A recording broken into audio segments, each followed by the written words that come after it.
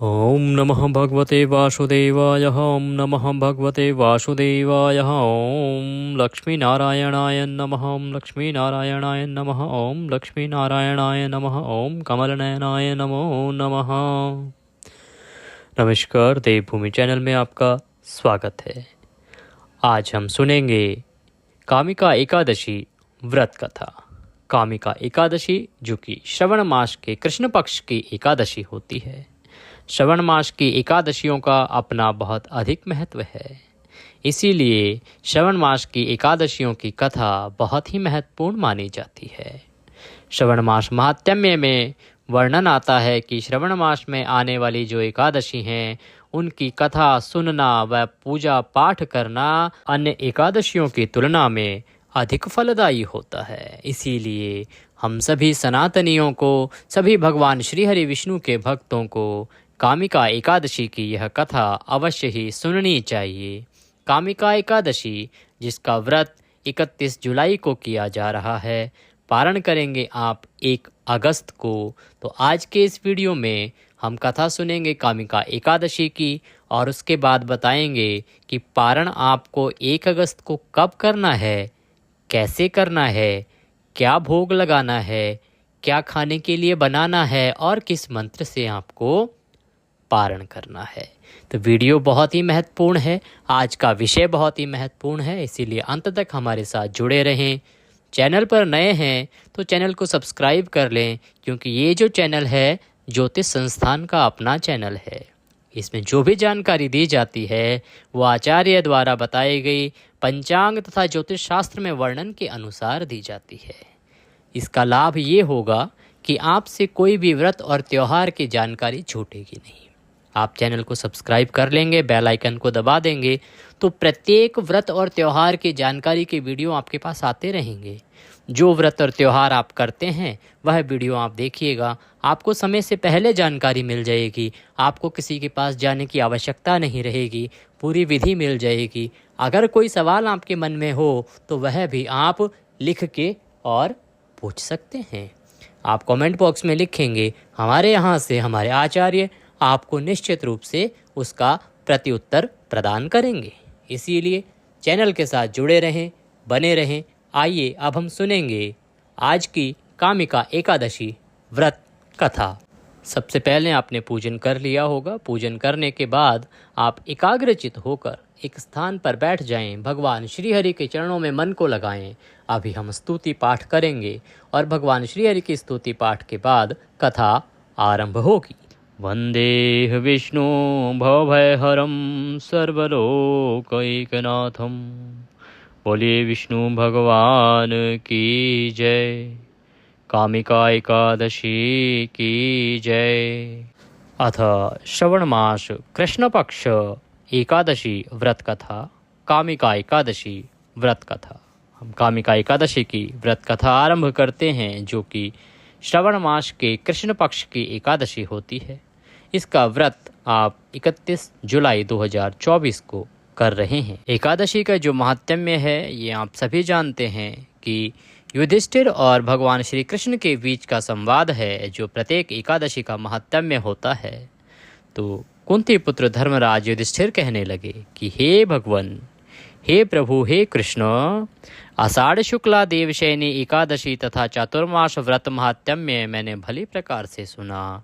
अब कृपा करके श्रावण कृष्णा एकादशी का क्या नाम है सो कहिए। श्री कृष्ण भगवान कहने लगे कि हे युधिष्ठिर, इस एकादशी की कथा को एक समय ब्रह्मा जी ने नारद जी से कहा था, वही मैं तुमसे कहता हूँ। नारद जी ने ब्रह्मा जी से पूछा था कि हे पितामह, श्रावण मास के कृष्ण पक्ष की एकादशी की कथा सुनने की मेरी इच्छा है। उसका क्या नाम है, क्या विधि है और उसका महात्म्य क्या है, सो कृपा करके कहिए। नारद जी के ये वचन सुनकर ब्रह्मा जी ने कहा कि हे नारद, लोगों के हित के लिए तुमने बहुत सुंदर प्रश्न किया है। श्रावण मास की कृष्ण पक्ष की एकादशी का नाम है कामिका, और कामिका एकादशी की जो कथा है उसके सुनने मात्र से वाजपेय यज्ञ का फल मिलता है। इस दिन शंख, चक्र, गदाधारी विष्णु भगवान का पूजन करना चाहिए, जिनका नाम श्रीधर, हरि, विष्णु, माधव, मधुसूदन है। उनकी पूजा करने से जो फल होता है सो सुनो, मैं तुम्हें बताता हूँ। जो फल गंगा, काशी, नैमिषारण्य और पुष्कर स्नान का नहीं होता, वह विष्णु भगवान के पूजन से मिल जाता है। जो फल सूर्य, चंद्र ग्रहण व कुरुक्षेत्र और काशी में स्नान करने से, समुद्र, वन सहित पृथ्वी का दान करने से, सिंह राशि के बृहस्पति में, गोदावरी और गंडकी नदी में स्नान करने से भी प्राप्त नहीं होता, वह भगवान के पूजन से प्राप्त हो जाता है। जो मनुष्य श्रावण में भगवान का पूजन करते हैं, उनसे देवता, गंधर्व और सूर्य आदि सब पूजित हो जाते हैं। अतः पापों से डरने वाले मनुष्यों को कामिका एकादशी का व्रत और विष्णु भगवान का पूजन अवश्य ही करना चाहिए। पाप रूपी कीचड़ में फंसे हुए और संसार रूपी समुद्र में डूबे मनुष्यों को कामिका एकादशी का व्रत और विष्णु भगवान का पूजन अवश्यमेव करना चाहिए। इससे बढ़कर पापों के नाश का कोई उपाय नहीं है। हे नारद, स्वयं भगवान ने यही कहा है कि कामिका व्रत से जीव को योनि को प्राप्त नहीं होता। जो मनुष्य इस एकादशी को भक्ति पूर्वक तुलसी दल भगवान को अर्पण करते हैं, वे इस संसार में पापों से दूर रहते हैं। श्री कृष्ण भगवान रत्न, मोती, मणि तथा आभूषण आदि से इतने प्रसन्न न होते हैं जितने कि तुलसी दल से होते हैं। तुलसी दल पूजन का फल 4 भार चांदी और 1 भार स्वर्ण दान के बराबर है। हे नारद, मैं स्वयं भगवान की अति प्रिय तुलसी को सदैव नमस्कार करता हूँ। तुलसी के वृक्ष को सींचने से मनुष्य की सब यातनाएं नष्ट हो जाती हैं। दर्शन मात्र से सब पाप नष्ट हो जाते हैं और स्पर्श से मनुष्य पवित्र हो जाता है। कामिका एकादशी की रात्रि को दीपदान तथा जागरण के फल का महात्म्य चित्रगुप्त भी नहीं कह सकते।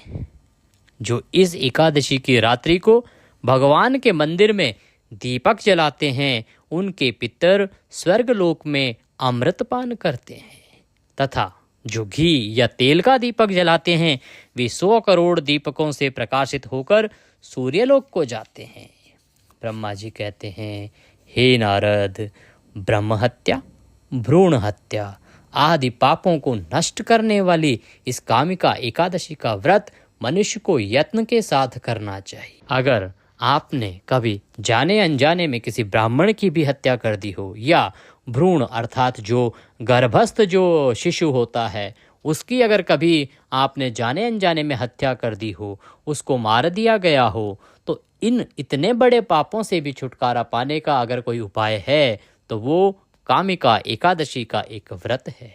इसका एक व्रत करने से आपको इन दोनों ही बड़े पापों से छुटकारा मिल जाता है।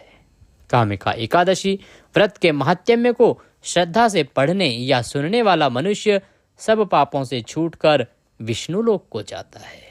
बोलिए श्री विष्णु भगवान की जय। बोलिए कृष्ण कन्हैया लाल की जय। बोलिए ब्रह्मदेव की जय। युधिष्ठिर महाराज की जय। इसी के साथ एकादशी, कामिका एकादशी का यह महात्म्य व्रत कथा यहाँ पर समाप्त होती है। अब भगवान श्री हरि विष्णु की आरती करेंगे। आरती करके प्रभु को भोग लगाएंगे। भोग आज के दिन फल का लगेगा। भोग जब लगाएंगे तो उसमें तुलसी का पत्ता अवश्य रखें, तुलसी दल अवश्य रखें, तभी आपका भोग स्वीकार होता है। भोग लगाने के बाद भगवान को नमस्कार करें। 108 बार ओम नमः भगवते वासुदेवाय मंत्र का जप करें और उसके बाद अपना पूरा दिन भगवान के चरणों में मन को लगाते हुए व्यतीत करें। कुछ नियमों का पालन करें। नियमों से संबंधित हमने वीडियो दूसरा आपको पहले से ही प्रसारित किया है, आप वह देख सकते हैं। अगर वीडियो का लिंक चाहते हैं तो आप कमेंट बॉक्स में लिख के पूछ सकते हैं, हम आपको वहां भी प्रदान कर देंगे। अब बात करते हैं पारण की। एकादशी व्रत का जो पारण है वो आप 1 अगस्त को करेंगे। पारण वाले दिन आपको सूर्योदय से पहले निश्चित रूप से उठ जाना चाहिए। उठ के स्नान आदि करके स्वच्छ वस्त्र धारण करके सूर्य को जल दें। सूर्य को जल दे के भगवान श्री हरि विष्णु को स्नान कराएंगे। स्नान करा के उन्हें रौले कुमकुम आदि का तिलक लगाएंगे। तिलक लगा के घी का दिया जलाएंगे, धूप दिखाएंगे, फूलों की माला पहनाएंगे, पुष्प अर्पित करेंगे, वस्त्र के रूप में एक मौली का टुकड़ा तोड़कर भगवान को अर्पित करेंगे। फिर भगवान को नमस्कार करेंगे। नमस्कार करने के बाद आप भगवान को भोग लगाएंगे। भोग में क्या बनाना है? देखिए, एकादशी को चावल वर्जित है, वहीं द्वादशी को पारण वाले दिन भगवान श्री हरि विष्णु को चावल बहुत अधिक प्रिय है, इसीलिए आपको पीले चावल का भोग लगाना चाहिए। साथ में तुलसी दल अवश्य रखना चाहिए, या आप घी भूरे चावल का भोग भी लगा सकते हैं, फल से भी लगा सकते हैं। और कहीं यात्रा पर हैं तो आप एक तुलसी का पत्ता मुंह में रख के पानी पी के भी भगवान को स्मरण करके पारण कर सकते हैं। लेकिन आप जब घर पर पारण कर रहे हैं तो आपको भगवान को भोग लगा के किसी ब्राह्मण को भोजन कराना चाहिए, उन्हें दान दक्षिणा आदि दे के विदा करना चाहिए। अगर ब्राह्मण को भोजन नहीं करा सकते हैं तो आपको कुछ दान करना चाहिए। दान के लिए एक दूध का पैकेट लीजिए, अगर हो सके तो साथ में कुछ फ्रूट ले लीजिए, फल ले लीजिए, या आप कोई बिस्किट आदि का पैकेट लेके उस पे दक्षिणा रख के वह किसी मंदिर में दान दे दीजिए, या किसी ब्राह्मण को दान दे आइए। वह दान देने के बाद ही आप घर पे आके पारण करेंगे।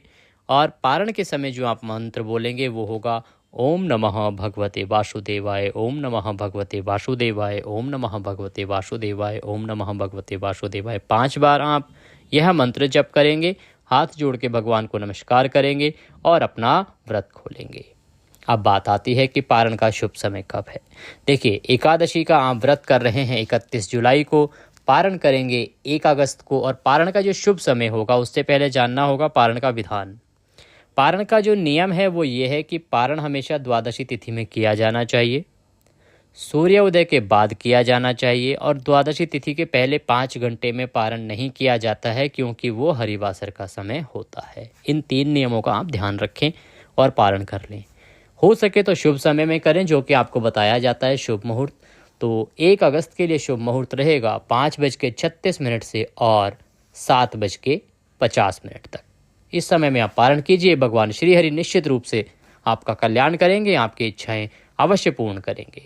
वीडियो अच्छा लगे तो उसे लाइक अवश्य करें। कमेंट बॉक्स में जय श्री हरि लिखना ना भूलें। आपने कथा श्रवण की है तो आप अपना जयकारा कमेंट बॉक्स में जय श्री हरि लिख के भी लगा सकते हैं। आपका एक कमेंट, आपका एक लाइक हमारे लिए बहुत महत्वपूर्ण होता है, क्योंकि हम आप तक सूचना पहुंचाने के लिए हम और हमारी पूरी टीम बहुत एफर्ट्स लगाती है, बहुत मेहनत करती है। और आपकी तरफ से सिर्फ एक लाइक और एक कमेंट अगर हमें मिल जाता है तो वो हमारे लिए बहुत ही महत्वपूर्ण हो जाता है। तो आप एक लाइक, एक कमेंट अवश्य दें। और अभी के लिए इतना ही। अगले वीडियो में फिर होगी आपसे मुलाकात। तब तक के लिए जय श्री हरि।